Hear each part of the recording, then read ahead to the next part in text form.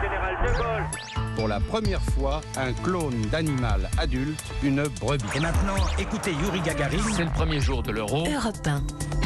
Nouveau générique pour votre rendez-vous quotidien avec l'histoire, le jour où votre plongée quotidienne dans la boîte à souvenirs d'Europe 1. Bonjour Lord d'Autriche. Bonjour Dimitri, bonjour à tous. Promis du théâtre aujourd'hui, il y a 350 ans, le 17 février 1673, nous quittait Molière, auteur, homme de théâtre, comédien lui-même. Molière est souvent cité en référence par de nombreux comédiens du XXe siècle et d'aujourd'hui. Oui, de Michel Bouquet à Francis Huster, de Jacques Weber à Fabrice Lucchini. Louis de Funès aussi a joué l'avare de Molière au cinéma.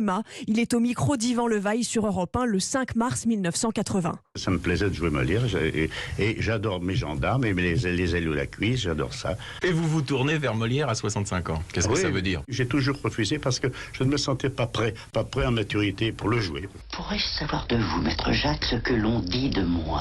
Je suis bien aise d'apprendre comment on parle de moi. Louis de Funès dans l'avare, film de Jean Giraud. La prose et les vers de Molière effraient les plus grands. Qu'il a été difficile pour Francis Blanche en 1961 d'apprendre le rôle de Tartuffe. J'ai eu énormément de mal parce que ça ne restait pas. Ça passait à travers mon crâne comme l'eau d'un torrent à travers le tamis d'un chercheur d'or. Est-ce qu'il y a un passage plus particulier qui a été dur à apprendre que vous pourriez me réciter? Oui.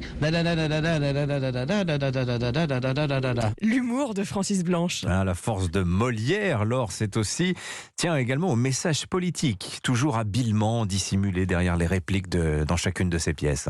Oui, c'est vrai, Molière attaque la religion et le pouvoir, ou plutôt ceux qui le détiennent. Ses pièces sont aussi souvent des farces. En 1972, sur Europe 1, l'acteur et metteur en scène Jean-Louis Barrault raconte comment a été créé le bourgeois gentilhomme 3 siècles plus tôt au château de Chambord. Le bourgeois gentilhomme était une commande de divertissement avec une figure imposée qui était une cérémonie turque destinée à se moquer d'un diplomate turc qui avait vexé le roi Louis XIV. Et pour finir, je vous propose une belle leçon de théâtre avec le comédien Michel Galabru en 2011. Molière, il ne fait pas Monsieur André Avare, il fait l'avare, parce que nous avons tous été avares. Le Tartuffe, vous voyez, c'est jamais un Tartuffe, le misanthrope. C'est systématique. Pour attirer les gens, pour passionner les gens, il faut le montrer tel que nous sommes. Il faut qu'on se reconnaisse. Et oui, Molière, même 400 ans plus tard, c'est tellement nous.